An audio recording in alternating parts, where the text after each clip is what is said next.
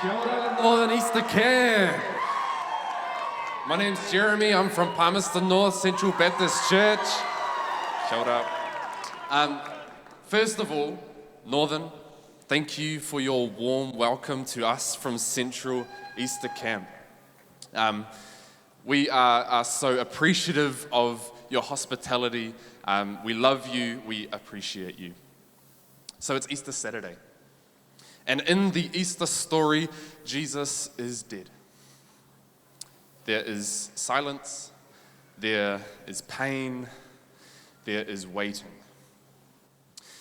Now, I want to tell you two stories that come to mind when I think about the Easter story and Easter Saturday in particular. One is from year 9, one is from year 13. In year 9, I was traveling to Australia with my football team, and apart from your ticket, what important document do you need when you're traveling overseas? Passport, fantastic, well done. So the only thing worse than losing your passport on the way to the airport is losing your passport when you're overseas. And so I was there, year 9, without my parents, overseas in Melbourne, and I had lost my passport somewhere. And so I had to wait, hoping to get an emergency passport, terrified because I didn't know what was going to happen if I didn't. You know, would I get back into the country? Was I stuck in Australia now? You know, what was going to happen? Was I about to get deported to New Zealand? But when I did get an emergency passport sorted, and it cost a lot of money, I had to get a new photo for it. And I think this perfectly encapsulates how I was feeling, this photo. And some say that this is the very look that the disciples had on Easter Saturday. It is the Easter Saturday look. My second story, when I was year 13, and this hits me a lot harder than that passport story. In year 13, I lost my older sister quite suddenly. And I began questioning this God I had worshipped my entire life. I knew he was real. I couldn't deny what I had seen from my faith journey. But I began questioning whether this God I had known was good. Can you tell me what the AF output level is? I had questions like, where are you, God? Nice. Why my sister? Where is your light in this dark that I'm feeling? Sweet.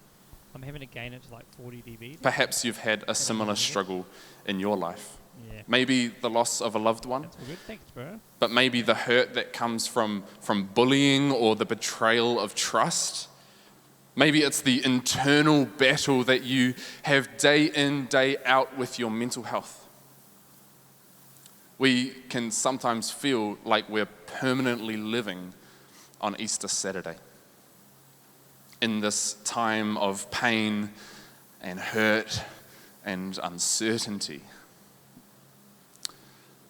And I've got to say, for me, I didn't get the booming voice through the clouds that made all things better and gave me butterflies. But what I did get was the reminder that in the tragedy of my loss, God can bring about good. In the darkness of my life, he can bring light. And it was a heart change for me over time, not rushing grief, not ignoring the pain, but the constant quiet voice in my mind saying, I am here, I am with you. And so I made the choice that it was better to have my questions with God in my life than my questions without God in my life.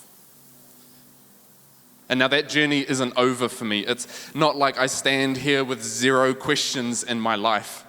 In fact, I still have many unanswered. But I know that God has grown in me a passion for working with the rangatahi of Aotearoa. And I know that Jesus sits with me and journeys with me through Easter Saturday toward the future hope that is to come. Now, a rather strapping American man yesterday shared something with us, and I think it perfectly sums up what I had to say this morning. And so I want to leave you with his words once again. God is with us in the dark, giving light to us, shining light through us, flooding the world with God's glorious goodness. Ngā mihi nui. Tēnā koutou katoa. God bless.